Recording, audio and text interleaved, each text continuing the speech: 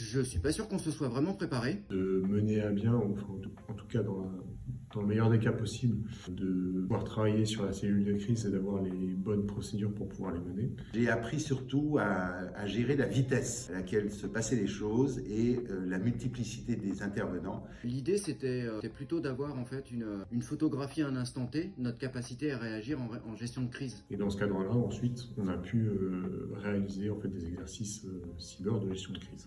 Donc en fait, autant ne pas mettre les bouchées doubles avant l'exercice pour pouvoir au contraire révéler le jour J lors de l'exercice les manques qui étaient là et qui ont été relevés. Et c'est très différent entre gestion de crise d'il y a 25 ans qui était plus un problème de communication et gestion de crise aujourd'hui qui est un problème de célérité. Franchement, déjà sur les trois, pour être simple, j'ai rien à redire. J'ai trouvé ça excellent comme prestation et en frein. Sur l'expérience technique, l'exercice a montré des difficultés à pouvoir s'organiser, à pouvoir communiquer. Émotionnellement, je l'ai bien vécu puisque j'ai déjà vécu des vraies crises cyber.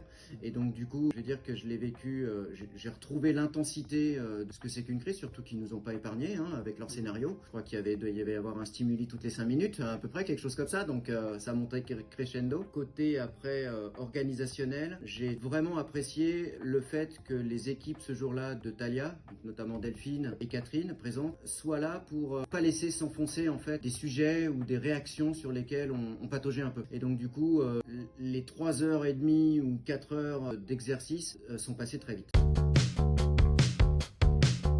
La gestion de projet, tout simplement, l'habitude de gestion de projet, ça ne s'apprend pas, c'est pas aussi structuré que ce que l'on peut faire. Donc ça, c'est le premier élément. Et la deuxième chose, c'est dans la prise de décision et la trace de la prise de décision. Moi, dans mon métier, ce que je constate, c'est que c'est vrai qu'on a souvent des procédures et que pour les dérouler, il manque peut-être un ingrédient entre deux procédures et qu'on va perdre un quart d'heure, une demi-heure, une heure à pouvoir passer à l'étape d'après. Donc c'est pour ça que la répétition d'une gestion de crise, elle est primordiale pour pouvoir réduire au maximum les temps de traitement en fait d'une crise. Et c'est vrai que j'avais jamais utilisé un logiciel qui permet en fait d'inventorier les différentes décisions, de les oblitérer, de donner une heure certaine. Ce qui est extrêmement intéressant avec ce type de support, c'est qu'on peut débriefer avec l'ensemble du groupe et on arrive à quelque chose de très puissant.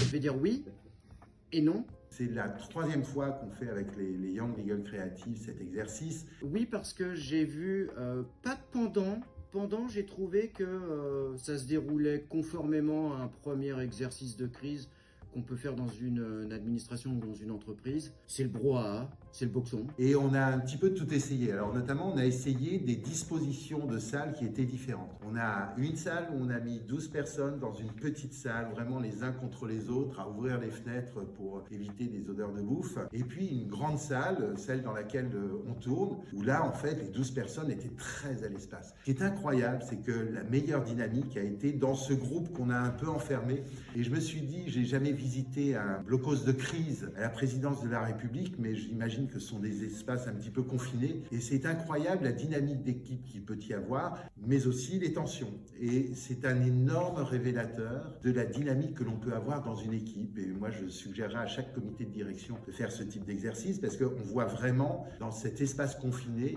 des surréactions potentielles ou des gens qui arrivent à tenir leurs réactions potentielles. Et du coup, comment est-ce qu'on arrive à vraiment travailler ensemble ? Mais ça se gère.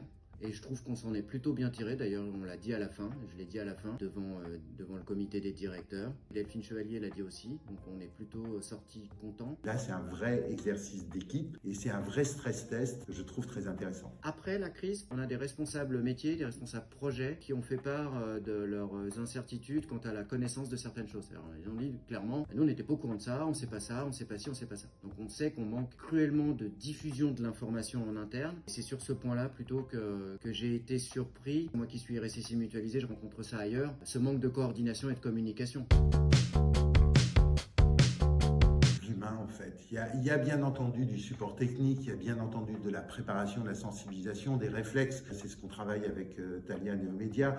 C'est primordial en fait de faire régulièrement des exercices comme cela, que ce soit gestion de crise ou des tests de PRA, de PRI, pour justement roder les procédures et les équipes. Le fait d'avoir la routine de préparation, d'avoir une meilleure culture en matière digitale, parce que les étudiants en droit, les avocats, les juristes d'entreprise n'ont pas forcément cette appétence. Et du coup, c'est vrai que la première chose, c'est d'avoir certainement cette compréhension. C'est vraiment un bon moyen de voir si on est une équipe de direction et on travaille ensemble, ou si on est chacun à regarder ses intérêts des uns des autres. On peut avoir de très bonnes procédures techniques, mais si on n'a pas répété les gestes, si on n'a pas échangé avec les différents services quand on est en cellule de crise, et ben le jour J, on sera confronté à ces problèmes-là, le fait de ne pas avoir suffisamment échangé et travaillé en amont. L'exemple de l'assurance tout à l'heure, dans un groupe, on a vu la réaction, mais qu'est-ce que tu as foutu? Pourquoi est-ce que tu n'as pas lu ce que tu as signé? Pourquoi est-ce que tu n'as pas le contrat sous la main? Pourquoi? C'est pas le moment. La question, c'est on l'a pas, comment on fait? Le fait d'avoir fait ces exercices-là, en tant que DSI, aujourd'hui dans une posture où je me sens plus à l'aise si par malheur ça devait arriver. C'est un petit peu la même chose sur la crise. On peut montrer en fait que, en étant des individus entre guillemets normaux, on peut arriver à progresser, on peut arriver à mettre en valeur certaines qualités que l'on a, même si on n'y connaît rien à la technique. Effectivement, comme je disais, on a répété les gestes, on a répété aussi les exercices, on a aussi sensibilisé. Alors c'est pas uniquement de la sensibilisation, de la formation auprès des avocats, des collaborateurs en général. Si on a un petit peu d'écoute, si on a un petit peu d'investissement, et surtout ça vous donne envie de mieux connaître la technique. Mais c'est aussi d'avoir communiqué, échangé avec la direction pour sensibiliser à ce que sera une crise cyber et que malheureusement une crise peut arriver à tout moment. En fait, les gens évoluent en fait dans leur mentalité et dans les réflexes qu'ils peuvent avoir. On a des utilisateurs qui montent en maturité et qui prennent des réflexes qu'ils n'avaient pas forcément avant. Et on voit en fait que grâce à l'ensemble de ces actions qui sont menées conjointement, on arrive finalement à faire monter toute la société en maturité d'un point de vue cyber.